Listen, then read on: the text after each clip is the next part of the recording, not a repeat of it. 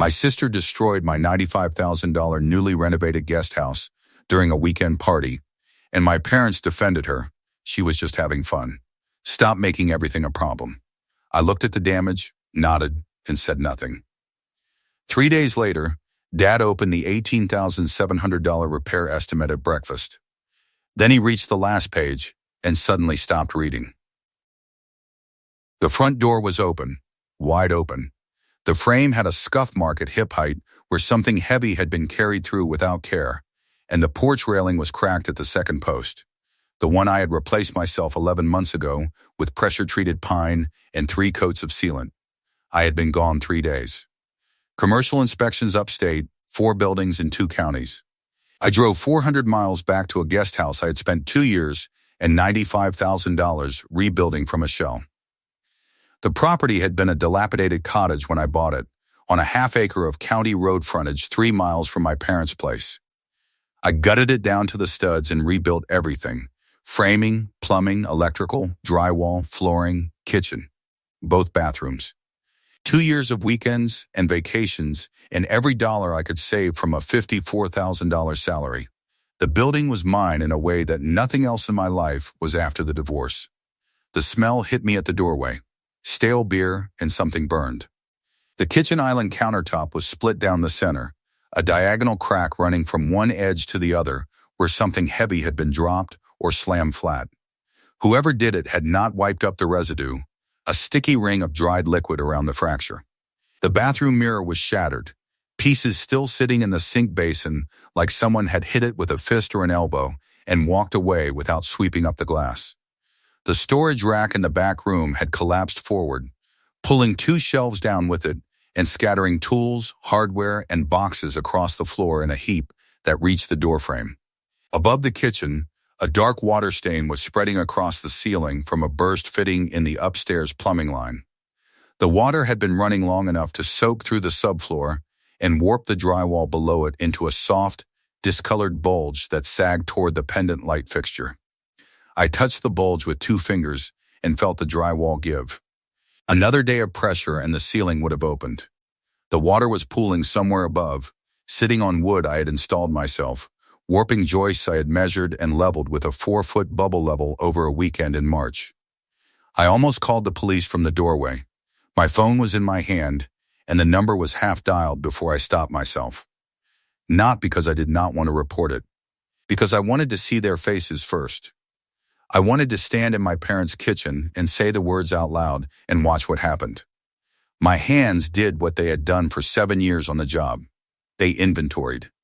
Countertop, mirror, rack, ceiling, fitting, 5 items in 30 seconds. I stopped counting because if I kept going, I would have been cataloging damage until dark, and I already knew who was responsible. I drove to my parents' house. Murray was on the porch with a glass of iced tea, feet up on the rail, reading a hunting magazine. Eileen was in the kitchen. Tatum was sitting at the counter scrolling through her phone, barefoot, sunburn across her shoulders like she had spent the weekend outside enjoying herself. She did not look up when I walked in. "What happened to the guest house?" Murray set his glass down. She had some friends over. Things got out of hand. "Friends?" Eileen came to the doorway from the kitchen, drying her hands on a dish towel. "She was just having fun, Graham. Stop making everything a problem. You always do this. Every single time." Tatum looked up from her phone but did not put it down. She held it loosely in one hand, screen still glowing, as if what she was about to say did not require her full attention or respect. "You spent 2 years building 4 walls for nobody. You had a wife and she left. You have a guest house and no guests. You are a clipboard with legs, Graham. At least I put people in that building." Murray said nothing. Eileen looked at the floor. The sentence landed in a room full of people who had known me my entire life, and not one of them flinched.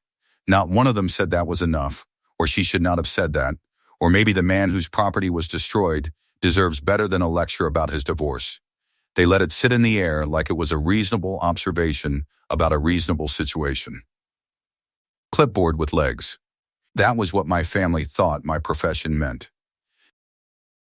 7 years of reading buildings for code violations, structural failure, and hidden damage. And to them, it was just a man with a clipboard walking through rooms he would never own.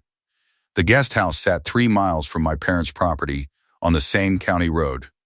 The proximity made cutting ties impractical, and the family history made it feel unnecessary. Tatum had never targeted my property before. She targeted my time, my patience, my willingness to answer her calls at 11 on a Tuesday when she needed someone to vent to about Kendall or her schedule or whatever minor crisis had become a major emergency by the time she dialed. The guest house was supposed to be mine. The one thing I built with my own money, my own hands, in 2 years of weekends that I could have spent doing anything else. That was the line. I should have stopped trusting proximity as proof of respect the day the divorce was finalized, when my family treated the end of my marriage as confirmation that I was the problem in every room I entered. I know that now. But you do not expect your sister to turn your property into a revenue stream while you are driving 4 hours upstate to earn your salary inspecting other people's buildings. If you have ever been called the problem for noticing the problem, subscribe to Family Secret Tales. This one is just getting started. Nobody in the room moved. I nodded once, walked to my truck without raising my voice, and drove back to the guest house. The engine went off, but the headlights stayed on, pointed at the open front door. I sat there for 4 minutes.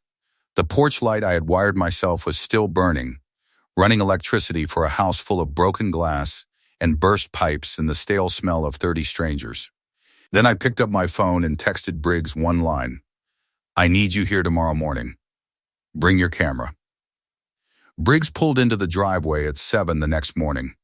He had brought his camera, his clipboard, a flashlight, and a thermal scanner, which told me he had studied the photos I sent the night before and already suspected moisture behind the walls. We walked through the guest house together the way we walk through commercial properties at work, room by room, photographing everything before touching anything, speaking only when something needed to be noted for the record. He kneeled at the main beam in the living area and ran his hand along the underside. The wood was split along the grain. But the pattern was wrong for a single impact event. He pressed his thumb into the stress line and held it there, tilting his flashlight into the crack. This is not one night of wait, he said. Look at the compression. See the layering? The grain has separated in stages, loaded and unloaded multiple times. Someone set up heavy equipment here, more than once. Speakers, tables with significant weight, something with a wide footprint. You can see 3 distinct compression bands. That means at least 3 separate events with enough load to stress a beam this size. We moved to the hallway. Scuff marks on the baseboards in 3 different shades. Different shoe types. Different ages. Some dark and fresh, some older and ground into the wood. The bathroom. Stains on the tile in multiple stages. Some still tacky, some weeks old, yellowed into the grout lines. The kitchen. 2 electrical outlets with burn marks from overloaded circuits. The kind of scorch pattern that happened when someone daisy-chained power strips off a 15-amp residential line to run commercial sound equipment. Heat discoloration around the outlet covers. Briggs pulled one of the covers off and looked at the wiring behind it. Someone ran a heavy draw through here multiple times. The wire coating is discolored from heat stress. This is not one night with a speaker. This is repeated overload. How many events would it take to do that? At least 4 or 5, maybe more. The heat builds over time and the insulation softens. One party does not discolor copper like this. This had happened before. The damage I was looking at was not from one party on Thursday night. It was the accumulated wreckage of months of use by people who did not own the building and did not care what happened to it. Briggs went back to the storage room and started clearing debris from the collapsed shelf. He pulled away broken brackets, a box of ceiling fan parts, and a tangle of extension cords before something scraped against the floor underneath. He reached in with both hands and pulled out a tape measure. Yellow housing, scuffed and dusty, with pencil marks on the case in my handwriting. Beam heights, door frame widths, countertop depths, Every measurement from the 2-year renovation was scratched into that yellow housing in soft pencil. "You marked the beam heights on this." Briggs held it up so I could read the numbers on the case. Most of the marks had smudged from handling, but the beam measurements were still clear. 7 feet 11 and 3/4. 8 feet 2. The exact heights I had measured before cutting every joist in the living area ceiling. I took it from his hand and clipped it to my belt. The weight settled against my hip the way it had every workday during the renovation. Familiar enough that the rest of the room felt like it belonged to someone else. Briggs put his camera on the counter. "Document everything. Today, before anyone touches this." We worked for 3 hours without a break. We photographed every surface, measured every crack, noted every stain, scuff, and burn mark in a room-by-room grid. Briggs took close-ups of the beam compression bands, the outlet scorch patterns, and the layered tire ruts in the yard from vehicles parking on soft ground over multiple weekends.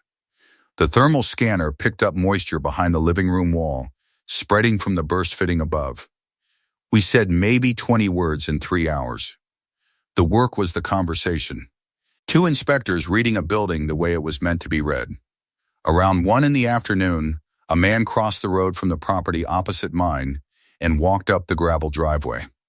Irwin was 64, retired from the county roads department, the kind of neighbor who kept his lawn at 2 inches and his opinions to himself until he had something worth saying. He stood in the doorway and looked at the damage for a long time before he spoke. "I was going to file a noise complaint," he said, "but I thought I should talk to you first." He held up a spiral notebook with a green cover.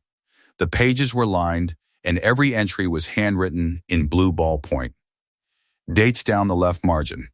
Car counts next to each date. Start times and end times in a separate column. Notes on noise levels.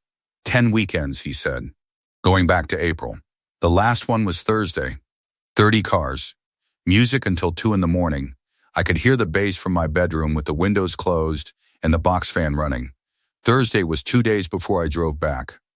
That was the party that caused the worst visible damage. The one that finally cracked the countertop and knocked the storage rack off the wall.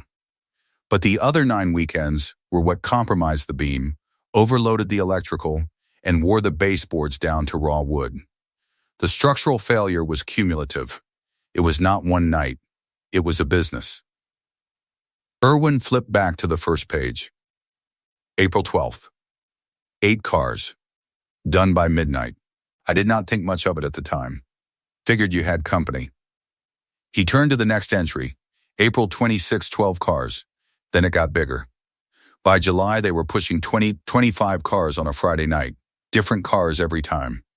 Out-of-state plates on some of them. He looked at the cracked beam through the living room doorway.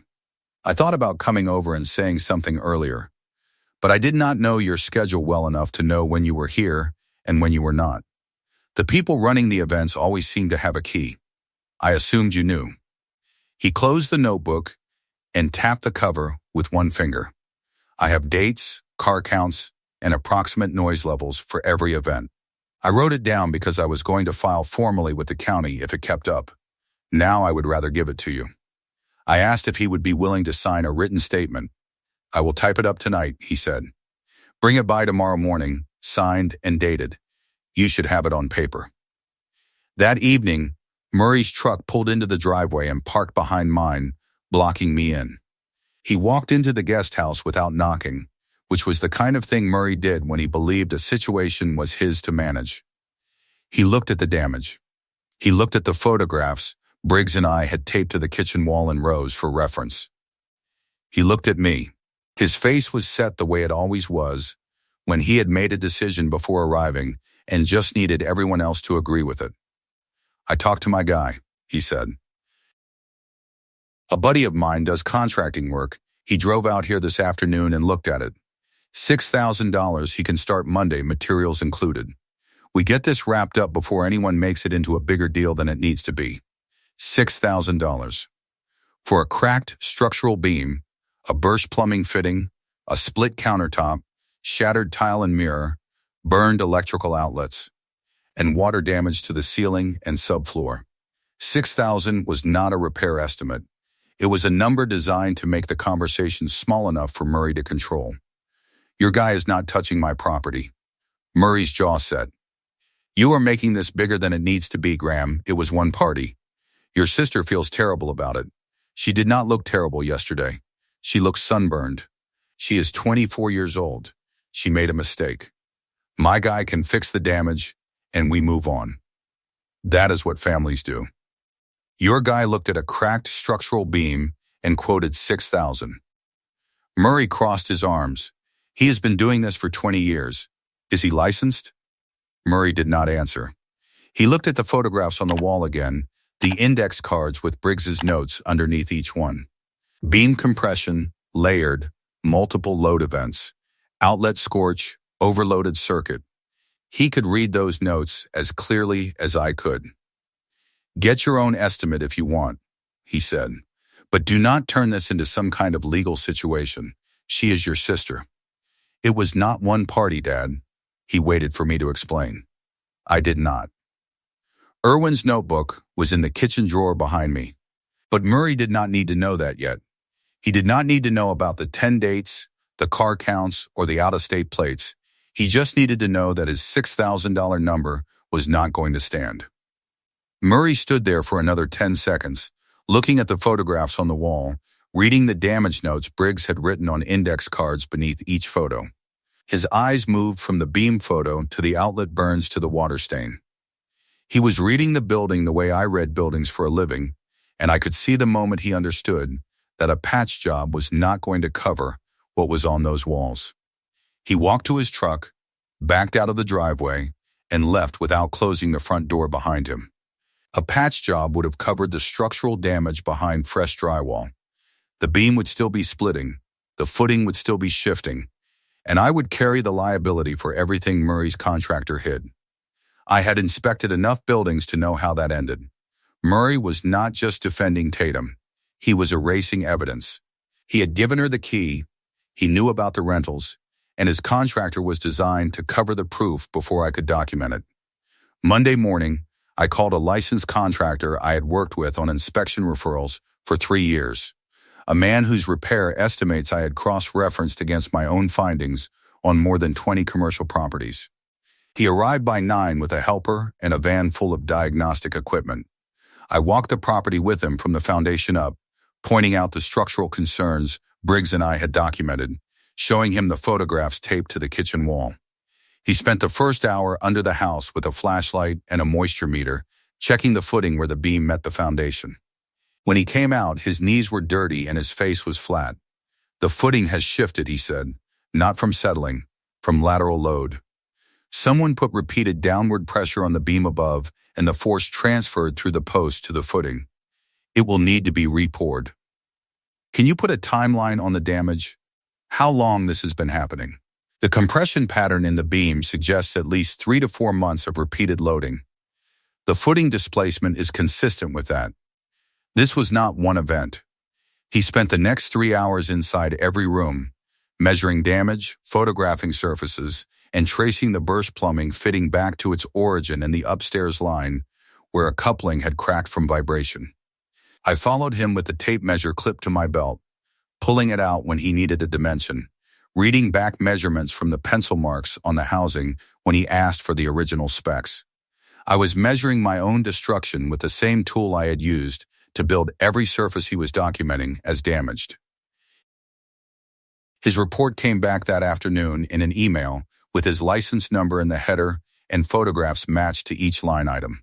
Cracked beam replacement, foundation footing repair, plumbing, electrical, drywall and cosmetic, countertop, miscellaneous, $18,700, 3 times Murray's number.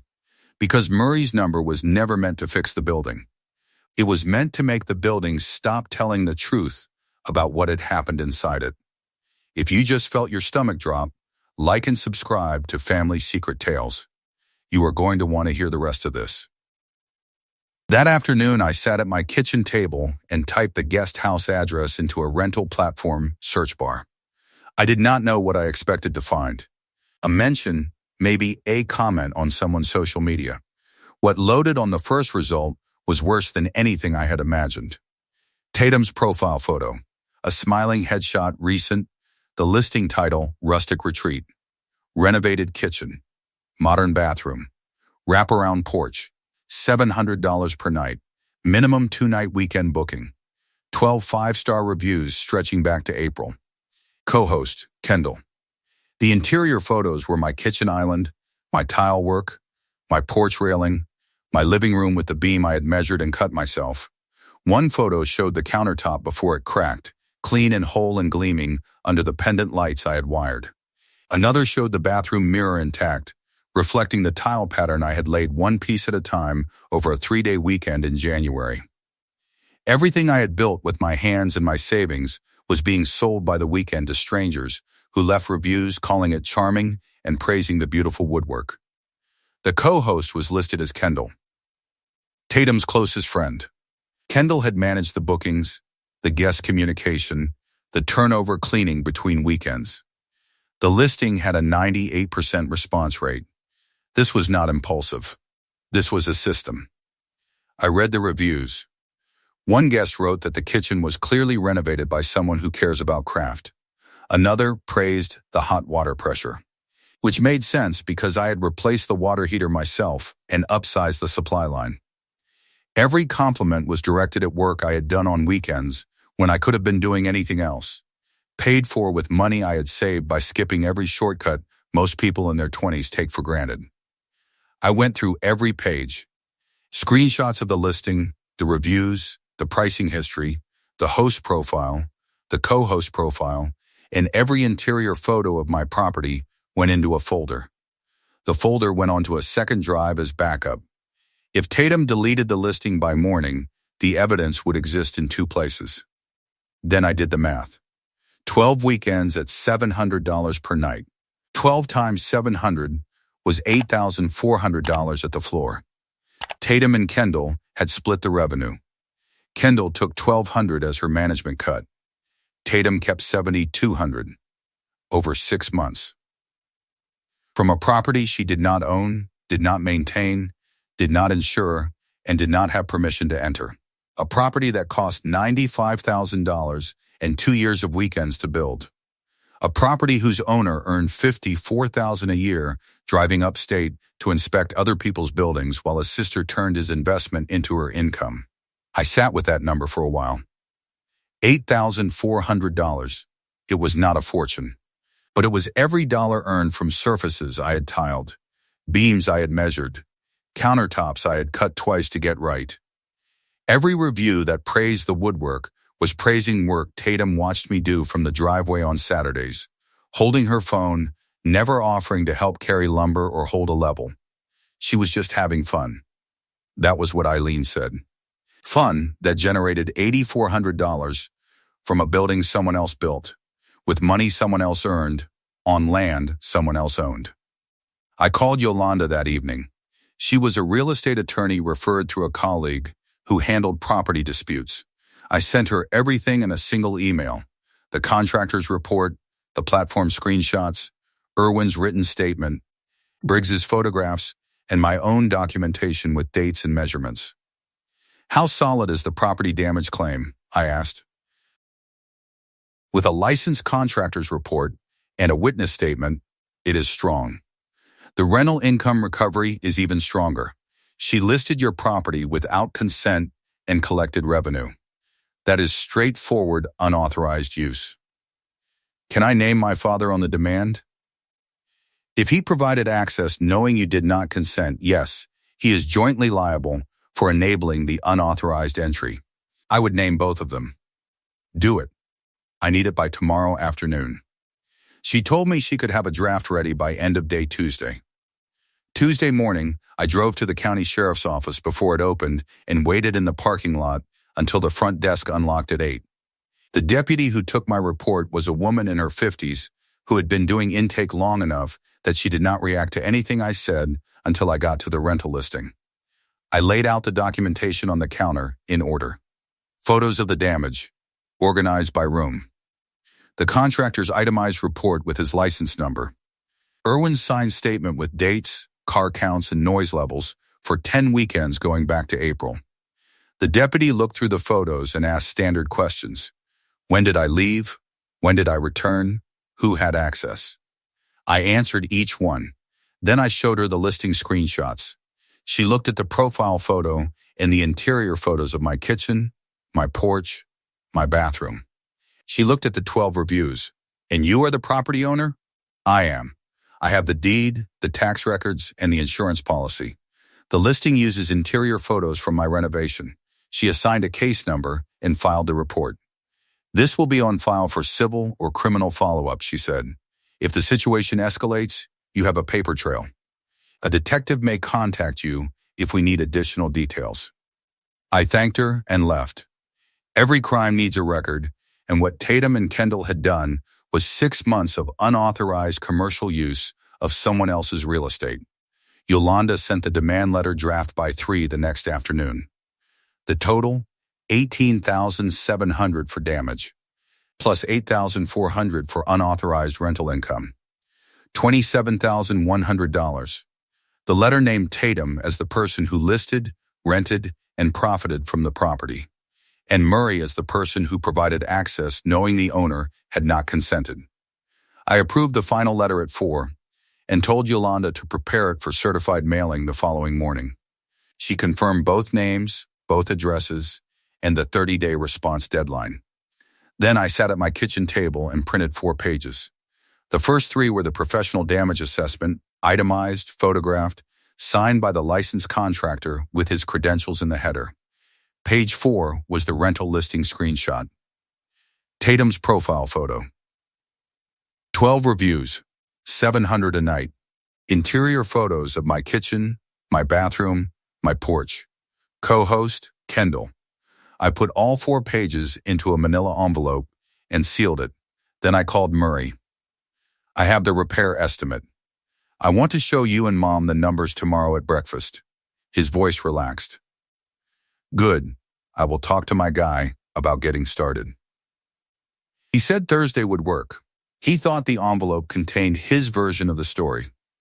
He thought I was bringing the $6,000 estimate to the table so we could negotiate it down to 5, shake hands, and let his contractor start on Thursday. He thought his daughter's rental business would stay buried under fresh drywall, and I would go back to driving upstate and inspecting other people's buildings while his family continued using mine. I let him think that. Then I called Erwin. Can you come to my parents' house tomorrow at 9:15? He asked what was in the envelope. I told him it was the repair estimate and some additional documentation. He said he would be there. 9:15. 15 minutes after the conversation started. Enough time for Murray to open with his pitch, commit to his number, and feel confident before the room shifted under him. Wednesday morning. My parents' kitchen. The table was set the way Eileen always set it. Cloth napkins, salt and pepper in the center, 4-place settings with the good plates. Murray was reading the newspaper with his reading glasses pushed down on his nose. Eileen was at the stove scrambling eggs. I sat down and placed the manila envelope on the table between the salt shaker and my coffee mug. I left it sealed. Murray glanced at the envelope. We can go over that after Tatum gets here. I called her this morning. Eileen poured coffee. We talked about the weather turning cold and the county's road resurfacing schedule and somebody's truck making a noise. Small talk. The kind families use when the real subject is sitting on the table in a sealed envelope and everyone can feel its weight, but nobody wants to pick it up first. Tatum arrived 10 minutes late. She walked in, saw me at the table, and paused in the doorway for half a second before pulling out a chair across from me. She did not say good morning. Murray folded his newspaper and set it on the counter. All right, I talked to my guy again yesterday. He can start Thursday for $5,800, materials included. We put this behind us and move on. I reached into my jacket and set the tape measure on the table. The yellow housing landed on the wood with a solid knock that cut through Murray's voice. Pencil marks in soft graphite. Beam heights. Murray looked at it. He knew what it was. He had watched me carry it for 2 years. Open the envelope. Murray looked at me. Then, at the envelope. He picked it up, broke the seal with his thumb, and pulled out the pages. Page 1. Professional letterhead. A licensed contractor's assessment with credentials and a company stamp at the bottom. He read the first line. His eyebrows went up. $18,700. He set the page down and looked at me over his reading glasses. This is 3 times what my guy quoted. Your guy is not licensed. Mine is. Page 2. He turned to page 2. The structural damage report. Photographs of the cracked beam with compression lines visible under Briggs's flashlight. The compromised foundation footing. The water damage from the burst fitting that had soaked through the subfloor. A paragraph from the contractor explaining that a cosmetic repair would conceal active structural failure and shift full liability to the property owner in the event of injury or collapse. Your patch job would have hidden all of this, I said. The beam, the footing, the water damage behind the walls, covered under fresh drywall. And when someone stands on that floor next spring and the beam gives, I am the one who answers for it. Not your friend, not you, me, because my name is on the deed. Murray put the page down. He took off his reading glasses and set them on the table, which was something he did when he was recalibrating. When he was looking for a new angle. We can get a second opinion on the structural piece, he said. My guy might have missed the footing. But the cosmetic side, the countertop, the drywall, that is straightforward. We can split the difference. There is no splitting. Page 3. Tatum leaned forward. It was one weekend. One party. This is insane, Graham. I did not look at her. Page 3. Murray turned to page 3. The demand letter summary. $18,700 plus $8,400. $27,100. He read the total aloud without meaning to, the numbers leaving his mouth before he could stop them. Then he stopped. His finger tapped the page twice. Where does the $8,400 come from? Last page. Murray turned to page 4. His thumb pressed into the corner as the page came around. The printout was clean, full color on white stock. Tatum's profile photo in the upper left. The listing title, Rustic Retreat, Renovated Kitchen, Wraparound Porch. $700 per night. Minimum 2-night booking. 12 5-star reviews. Below the listing details, a row of interior photos. My kitchen island. My bathroom tile. My porch railing. My living room with the beam I had cut and measured myself. At the bottom, co-host, Kendall, Murray did not turn the page over. He set it down flat on the table and kept his hand on it, palm pressed against Tatum's profile photo. He looked at the listing. Then at Tatum. Then back at the listing. His mouth opened once and closed without producing a word. I almost told him right there. I almost said the words, you knew. You gave her the key. You knew what she was doing with my building for 6 months. But I kept quiet because the doorbell was about to ring and the room was about to get smaller. The doorbell rang. 9:15. Irwin walked in wearing a flannel jacket and carrying his spiral notebook. He nodded at Eileen, pulled out the empty chair between her and me, and sat down. He set the notebook on the table next to the estimate. The green cover was visible. The first page showed dates in blue ink running down the left margin. I wrote down every weekend, Irwin said. His voice was flat and steady, a man reading from a record he had kept for his own purposes long before this breakfast.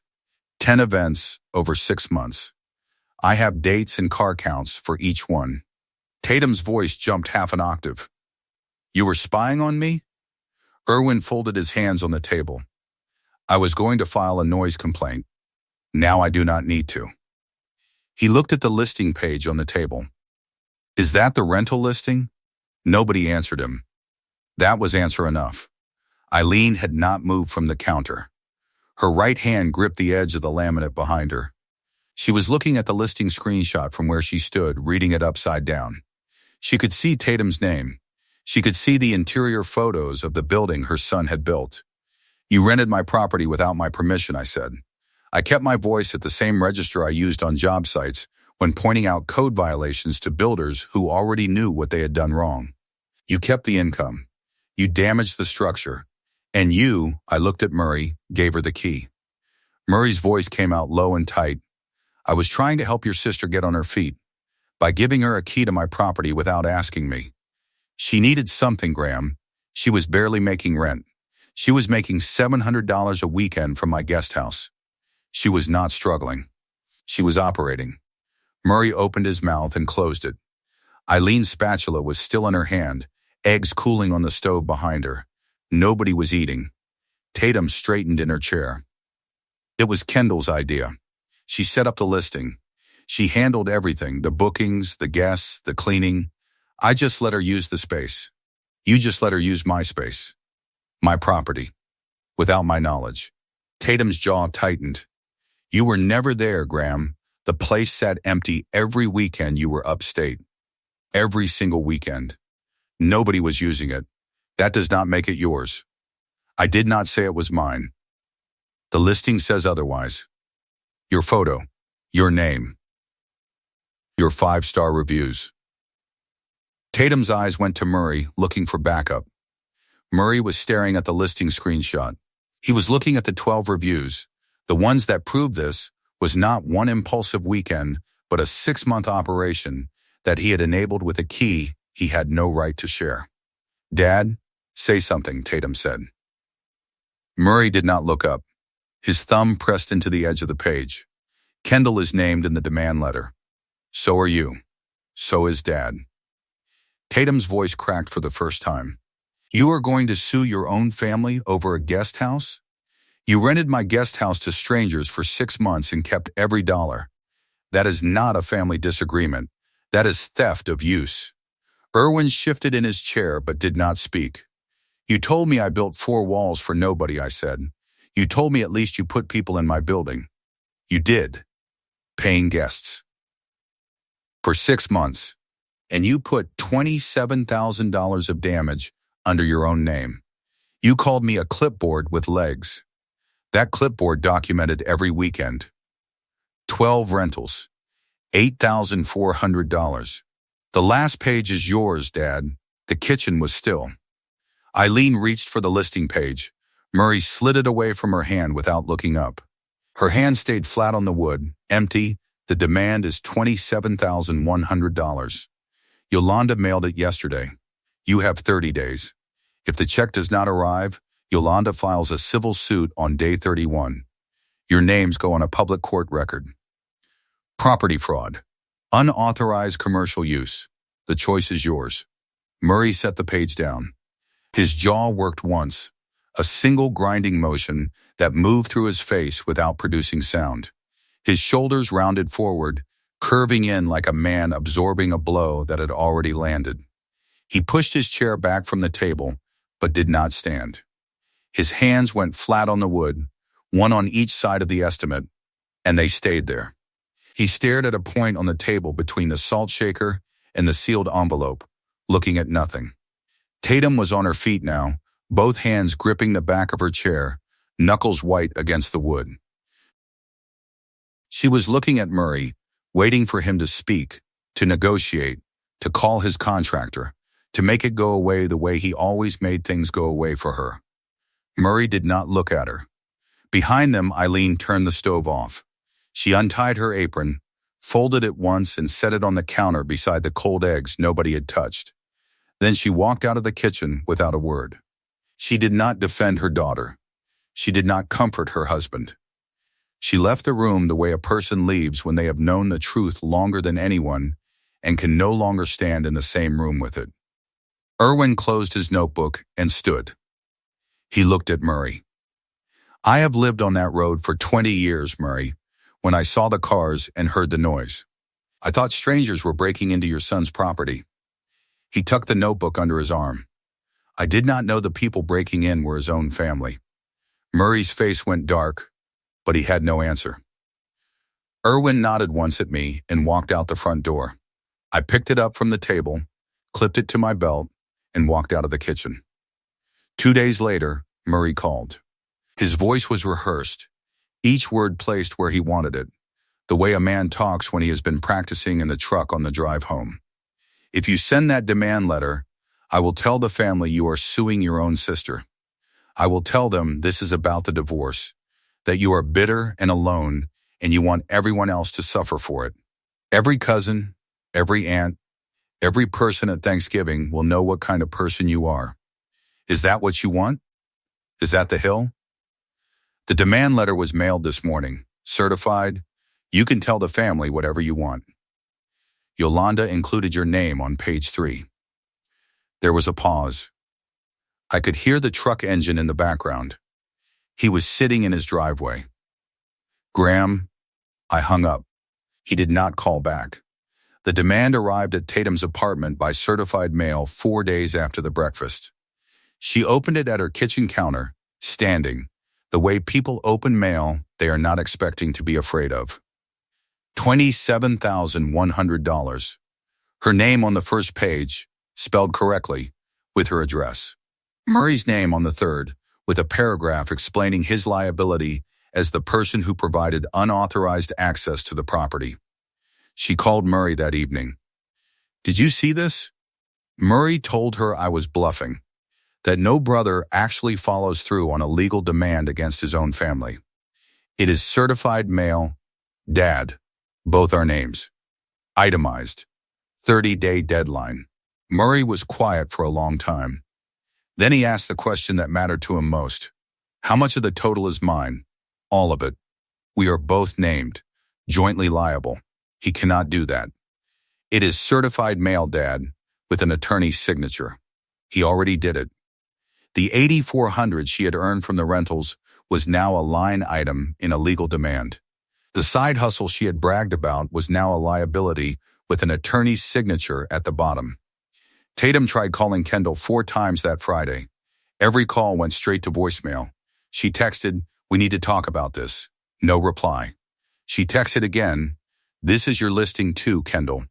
Your name is on the demand. Read receipt." No response. Kendall had seen the demand letter. She had done the math. $1,200 of a $27,000 fire was not worth standing next to the person holding the match. A week after the confrontation, Kendall called Eileen instead.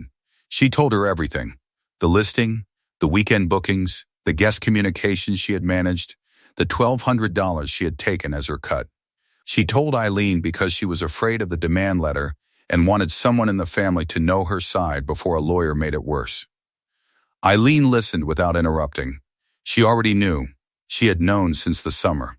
But hearing it from Kendall, with dollar amounts and dates and the name of the platform, stripped the last layer of deniability she had maintained through 6 months of silence. She stopped answering Tatum's calls for 2 weeks. 2 weeks after the breakfast, Tatum drove out to the guest house. She parked at the end of the gravel drive and sat in her car with the engine running and the act blowing. The front door had a new deadbolt, brass, heavy, nothing like the old knob lock Murray's spare key had turned for 6 months. A contractor's lockbox hung from the handle with a combination she would never know. A truck she did not recognize sat in the driveway with lumber in the bed and sawdust across the tailgate. Through the front window, she could see new drywall going up where the water stain had been. Inside, someone was running a saw. The renovation had restarted without her, for the person who owned it. She sat there with her hands on the steering wheel, watching through glass as my building came back to life. Her act was running. Inside, the saw was running. My house was being rebuilt. Her future as a host was already gone. She put the car in reverse and drove back to town. If you have ever been the one who built the building while someone else collected the rent, share this story. Subscribe to Family Secret Tales. Murray sits at his kitchen table most mornings now. The demand letter is under a water glass, edges curling from condensation. The contractor he called never came back after I refused the patch job. The listing is gone from the platform, removed after I filed a property owner complaint with the company. Tatum stopped calling him about it weeks ago. The spare key is in his junk drawer next to a Phillips head screwdriver and a roll of electrical tape, sitting there the way keys sit when they no longer open anything. I am at the guest house door. The tape measure is on my belt, clipped to the same loop where it sat during every shift of the 2-year renovation. The pencil marks on the yellow housing have faded, but they are still legible. Beam heights, door frames, countertop depths. The contractor's truck is in the driveway. Inside, new drywall is going up over repaired framing. The porch railing I replaced myself is holding, 3 coats of sealant standing up against the October air. Morning light comes down the county road and falls through the open front door onto clean subfloor, dried and level, ready for the new hardwood. I walk inside to check the beam heights against the new lumber. Same marks on the housing, same numbers in soft pencil, same tool that built this place the first time around. Different day.